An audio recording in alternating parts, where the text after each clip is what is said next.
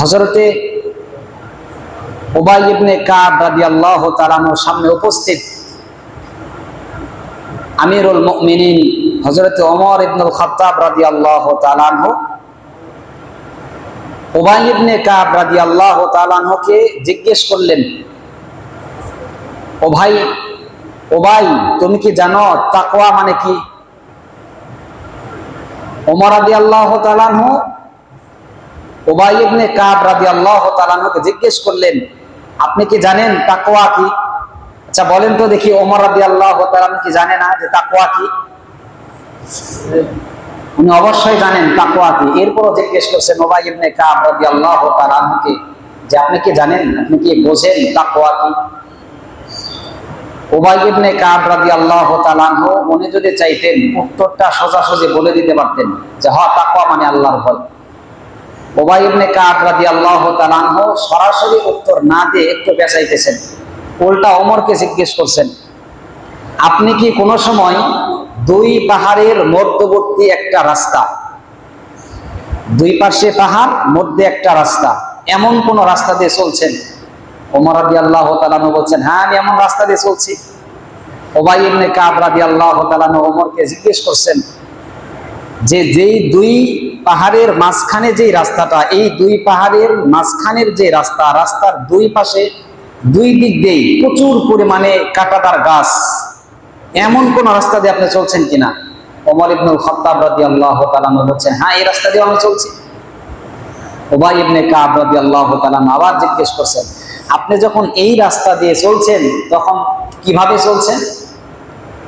ওমর ইবনুল খাত্তাব রাদিয়াল্লাহু তাআলা আনহু বললেন, আমি যখন ওই গিরিপথ দিয়ে গেলাম, যে পথের উভয় দিকে কাটা, আমি ওই সময় আমার শরীরের কাপড়গুলো একদম আটসাট করে জড়সড় করে নিয়ে আমি কোন রকম চিপাচিপি করে রাস্তা দিয়ে পার হয়েছি। কেন? যদি রিল্যাক্সে যাইতাম তাহলে রাস্তার দুই পাশের কাটাগুলো আমার জামাতে বেড়ে যাইতো, আটকায় যাইতো। যদি কাপড় যদি একটু ছেড়ে দিতাম তাহলে কাটাগুলো গাছের নিচে এরকম আটকায় ধরতাম, চলতে পারতাম না। এবার উবাই ইবনে কাব রাদিয়াল্লাহু তাআলা বলছেন, এটার নামই হলো তাকওয়া, এটার নামই হলো তাকওয়া। অর্থাৎ এই ঘটনা থেকে আপনারা কিছু বোঝেন নাই। বোঝেন, আমাদের পুরো দুনিয়া, আমাদের এই পুরো দুনিয়াটা হলো ওই গিরিপথ। আর পৃথিবীতে যত ধরনের গুনাহ আছে, পৃথিবীতে যত ধরনের গুনাহ আছে, এই সব গুনাহগুলো হলো কাঁটাদার গাছ, সব গুনাহগুলো হলো কাঁটাদার গাছ। আর এক একটা গুনাহ হলো এক একটা গাছের কাঁটা, এক একটা গুনাহ হলো এক একটা গাছের কাঁটা। সুদ একটা গুনাহ, এই একটা গুনাহ একটা কাঁটা। ঘুষ খাওয়া একটা গুনাহ, এই একটা গুনাহ ওই একটা গাছের কাঁটা। জিনা করা একটা গুনাহ, ওই একটা গাছের একটা কাঁটা। মিথ্যা কথা বলা, মিথ্যা সাক্ষ্য প্রদান করা এক একটা গাছের কাঁটা। তাহলে পুরো দুনিয়াটা হলো ওই গিরিপথ। আর পুরো দুনিয়ার মধ্যে যত প্রকারের গুনাহ আছে, সমস্ত গুনাহের সবাব আসবাবগুলো হলো কাঁটাদার গাছ, এক একটা কাঁটাদার গাছ। আর যত ধরনের গুনাহ আছে, সুদের গুনাহ, জিনার গুনাহ, মিথ্যা কথার গুনাহ, মিথ্যা সাক্ষ্য প্রদানের গুনাহ, এই সবগুলা এক একটা গুনাহ হলো এক একটা গাছের কাঁটা। ওমর ইবনুল খাত্তাব রাদিয়াল্লাহু তাআলা বুঝাইছেন, আমি যখন গিরিপথ দিয়ে চললাম, কাপড়গুলো আটসাট করে ধরলাম, মানে হলো তুমি যখন দুনিয়াতে চলবা, এই দুনিয়াতে চলার সময় সুদের গুনাহ, সুদের কাঁটা এরকম থাকবে, ঘুষের কাঁটা এরকম থাকবে, জিনাহের গুনাহ এরকম থাকবে, এক একটা গুনাহের কাঁটা এরকম থাকবে। তুমি দুনিয়াতে এভাবেই চলবা যেন কোনো গুনাহের কাঁটা তোমার শরীরে না লাগে। এটার নামই হলো তাকওয়া। আর যেই তাকওয়া অবলম্বন করে তাকে বলে মুত্তাকি। যে ব্যক্তি এই পথে এরকম আটসাট হয়ে চলবে, এরকম নিজেকে সেফ করে নিয়ে চলবে, তার নাম হলো মুত্তাকি। আরেকটা সহজ উদাহরণ বুঝুন।